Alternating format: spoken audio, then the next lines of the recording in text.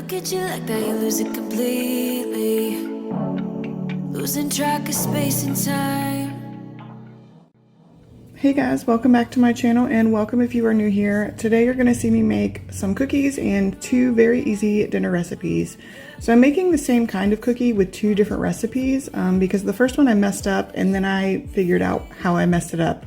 But let's go ahead and get started with that, and we're going to start off with 8 tablespoons of butter, and it called for half a cup of Crisco, but I just used half a cup of margarine instead, and it works just fine. And you're going to add 1/3 cup of sugar and 1 1/3 cup of brown sugar, and you're going to mix those up till they are nice and creamy. Next, you're going to add in 3 tablespoons of honey and 2 teaspoons of vanilla, and you will then mix those in as well.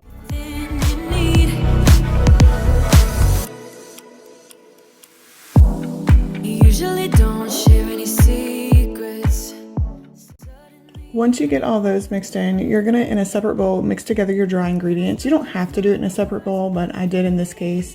And it is 2 1/2 cups of all-purpose flour, a half of cup of quick oats, 1 teaspoon of baking powder, a 1/2 teaspoon of baking soda. And then I just kind of mix those together real quickly.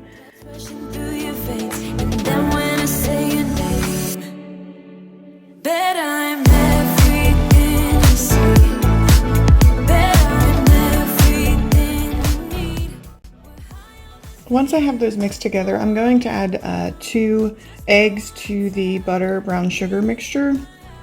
Again, trying to be real careful not to get any shells in there. And then I'm going to mix those up, and then I'm going to start adding in the dry ingredients. And you want to add them in just a little bit at a time, and start off with your mixer on slow. And the reason for that is so that you don't make a big mess like I just did. So I added it in just a little bit at a time. Tried to start it out slow, that didn't work. And then you'll just want to make sure it's mixed in all together real well.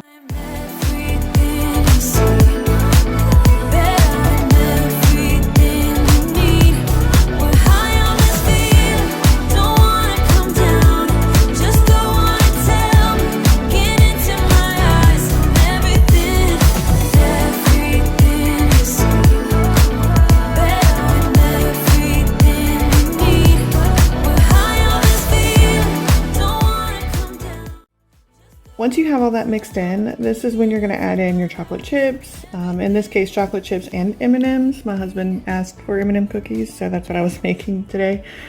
So you'll mix those in, and you want to hand mix those in, not with your mixer, because the mixer will break up your candies in the mixture, and it won't make a very pretty cookie. I don't know how you do it. You blow my mind without a word. You're going to want your oven at 350 preheated. I'm going to scoop these out with a medium-sized cookie scoop onto my pan.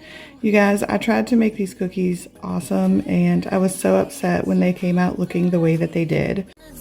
With you all night long.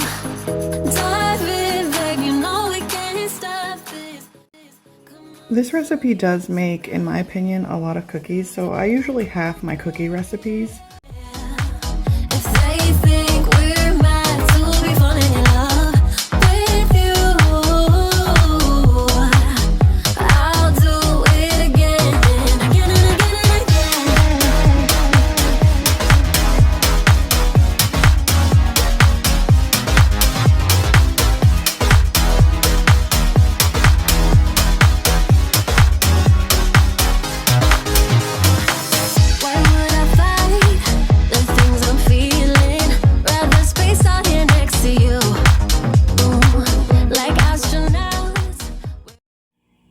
You guys, look at these cookies. I was so upset about them. It's a really good recipe. I've used it before. I've never had any problems. The problem with this was that I left my pizza stone in the oven, and it made my oven too hot and cooked the cookies at too high of a temperature, and I was really upset. This next recipe is the same kind of cookie, but a different recipe that I've been using for a long time now, and these always turn out really good. I've never had a problem. And cooking time varies depending on your oven and how you like your cookies, whether chewy or a little crunchy. So with this one, I'm starting with 1.5 cups of butter. You can use margarine if you want to. I used butter. 1 1/4 cup of sugar, 1 1/4 cup of brown sugar, 1 tablespoon of vanilla, and 2 eggs. And you're going to want to mix those together until it's nice and creamy. And then you'll start adding in your dry ingredients. Most baking recipes say add your dry ingredients separately. Some even say sift your flour, those kinds of things. But I was really frustrated with my last batch of cookies. I just wanted to get these done. So I mixed them all into the same bowl. They turn out just fine and it's not a problem. So you'll do 4 cups of sugar, 2 teaspoons of baking soda, and 1/2 teaspoon of salt. And you'll want to mix those in. Start with your mixer slowly so you don't make a mess. And just mix it in together till it looks like a good cookie dough. Make every inch of my body wanna dance with you all night long. So now you're going to want to hand mix in your candies or your chocolates. Don't use your mixer. It breaks the candies up or the chocolates up too much into the recipe. So you just want to hand mix those in until they're nice and combined. And then you will put them in a preheated 350-degree oven for 10 to 15 minutes, just like the last cookies. And then you will take them out and let them cool on the pan for just a few minutes before placing them onto the rack to cool. These cookies turned out really good. I love this recipe. I've been using it for so long.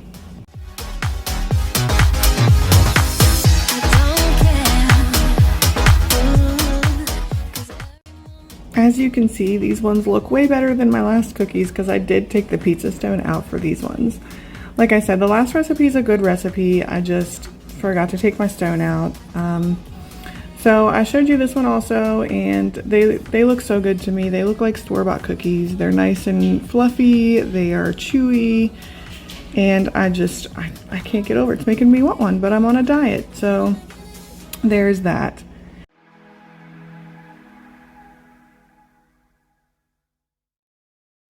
Just to show you a side-by-side of the cookies, like I said, they are the same kind of cookie, 2 different recipes, and I also accidentally left the pizza stone in for that cookie, but I promise you they are both very good.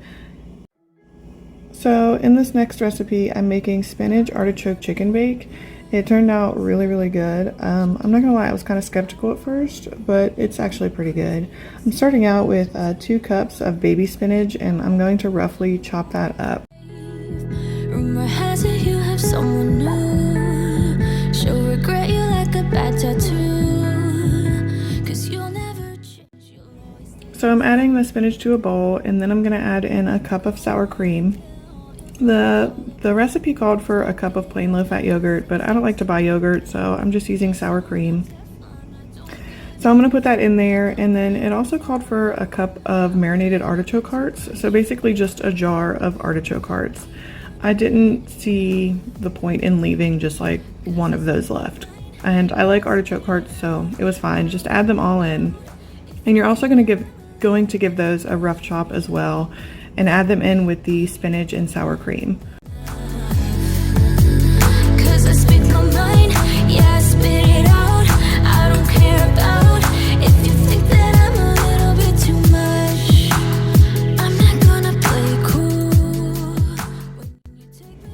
Once you've added that in, you're going to also add in 1/2 teaspoon of garlic powder and then a teaspoon of Dijon mustard, and you're just going to give that all a really good mix.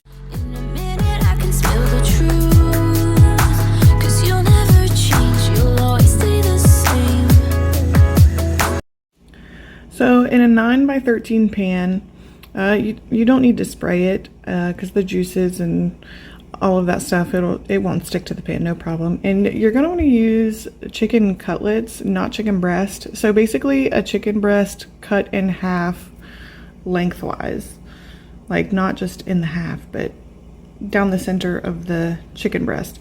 I used whole chicken breast. I don't recommend that. The chicken cutlets would have definitely been better for this, but you're just going to spread that mixture over top of all of the chicken.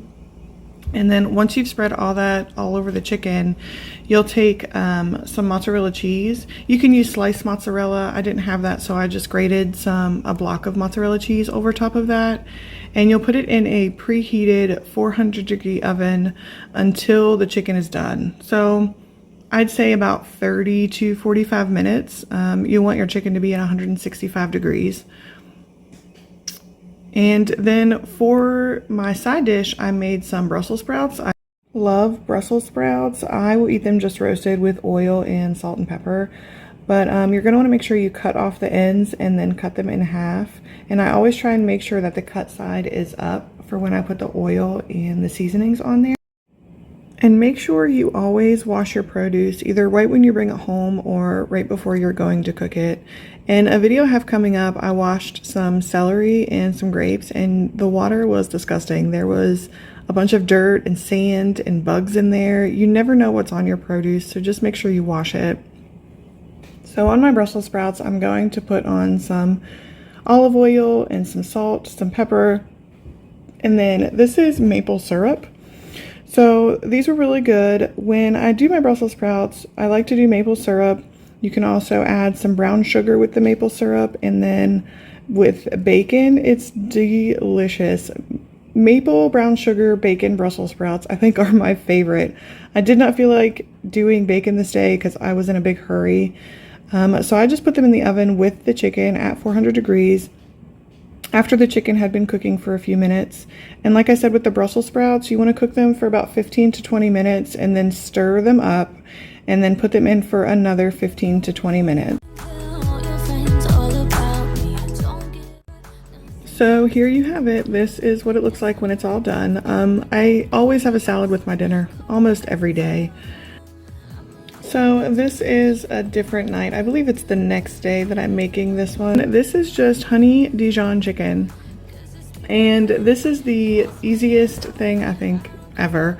So in this bowl, I just put in some chicken thighs, and then I mixed together some honey and some Dijon, about, I'd say 3 tablespoons of honey and about a tablespoon of Dijon mustard, and then onion powder and garlic powder, maybe a teaspoon of each. Mix them together, just throw them in the bowl, and I mixed the chicken in there real good, make sure it got coated really good, and then I put it in the fridge for a few hours before I cooked it.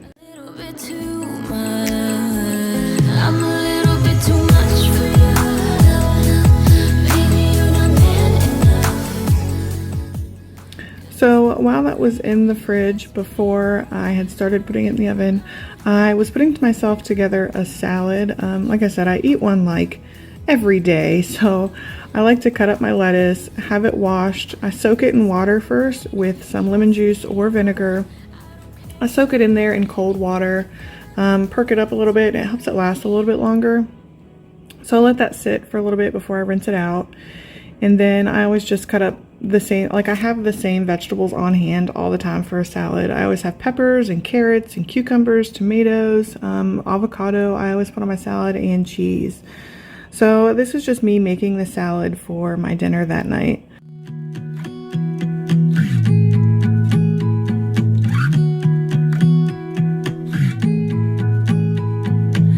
I was the girl all alone in the corner, drinking by yourself on a Saturday night. You were the guy with your friends at the doorway, pretending that you had the time of your life.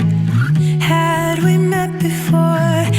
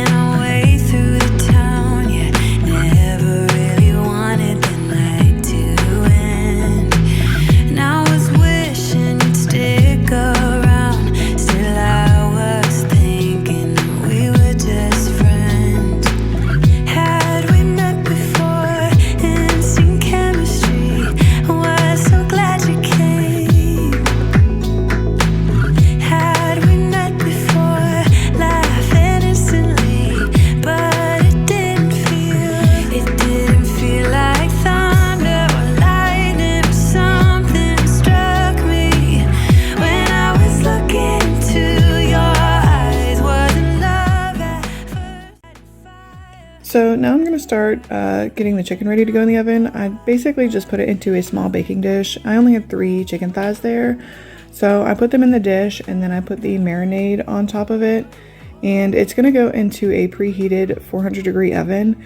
And you'll need to cook it for about 25 minutes or so. Just make sure that the chicken is at 165 degrees. And then when you take it out, I think it's so good.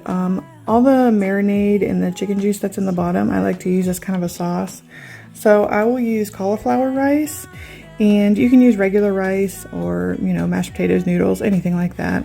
But I'm using cauliflower rice, and then I'll just put the chicken on top, and I will put some of that sauce on there as well, and it's really good. And I just paired that up with my salad, and that was my dinner.